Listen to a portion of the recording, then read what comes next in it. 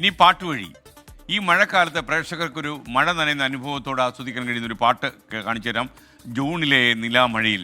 ഇഷ്ടം കൊണ്ട് കട്ടെടുത്ത വരികളെന്ന് എം ജയച്ചൻ വിശേഷിപ്പിച്ച ഈ ഗാനത്തിൻ്റെ കഥ നമുക്ക് അന്വേഷിക്കാം. പാട്ടുവഴി നിഖിൽ പ്രമേഷ് വരുന്നു.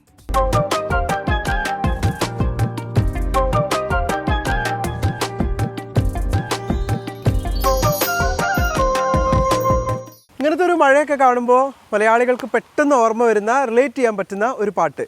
2009 വിജി തമ്പി സംവിധാനം ചെയ്ത് പൃഥ്വിരാജ് കൂട്ടുകെട്ടിൽ പുറത്തിറങ്ങിയ ചിത്രം നമ്മൾ തമ്മിലെ ജൂണിലെ നിലാമഴയിൽ നാണമായി നനഞ്ഞവളെ.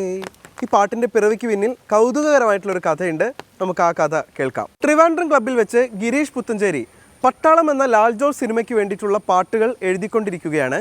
ആരൊരാൾ പുലർമഴയിൽ എന്ന പാട്ടിന് വേണ്ടിയായിരുന്നു അദ്ദേഹം വരികൾ എഴുതിയിരുന്നത്.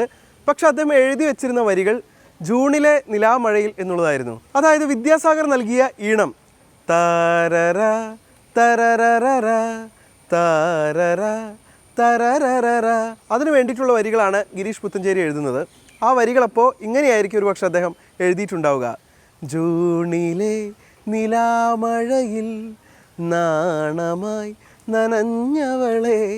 ഈ വരികൾ കേട്ട എം ജയചന്ദ്രന് ആ വരിയോട് വല്ലാത്ത പ്രണയം തോന്നുകയും നമ്മുടെ സിനിമയിൽ ഈ വരി ഉപയോഗിക്കാൻ കഴിയുമോ എന്ന് ഗിരീഷ് പുത്തഞ്ചേരിയോട് ചോദിക്കുകയും ചെയ്തു. അപ്പോൾ ഗിരീഷ് പറഞ്ഞത്, നല്ല ആഭിജാത്യമുള്ള വരികൾ ഞാൻ തരും, അതിന് ഈണമുണ്ടാക്കിയാൽ മതി എന്നുള്ളതാണ്. പലവിധ കാരണങ്ങൾ കൊണ്ട് ജൂണിലെ നിലാമഴ എന്ന വരി പട്ടാളത്തിലെ ഗാനത്തിന് ഉപയോഗിച്ചില്ല. ആ പാട്ട് ഉപയോഗിച്ചതാകട്ടെ നമ്മൾ തമ്മിൽ എന്ന സിനിമയിൽ എം ജയചന്ദ്രൻ സംഗീതം നൽകിയ പാട്ടിനു വേണ്ടിയായിരുന്നു. അങ്ങനെയാണ് ആ മനോഹരമായ ഗാനം പിറന്നത്. പാട്ടുവഴി ഇനി നാളെ.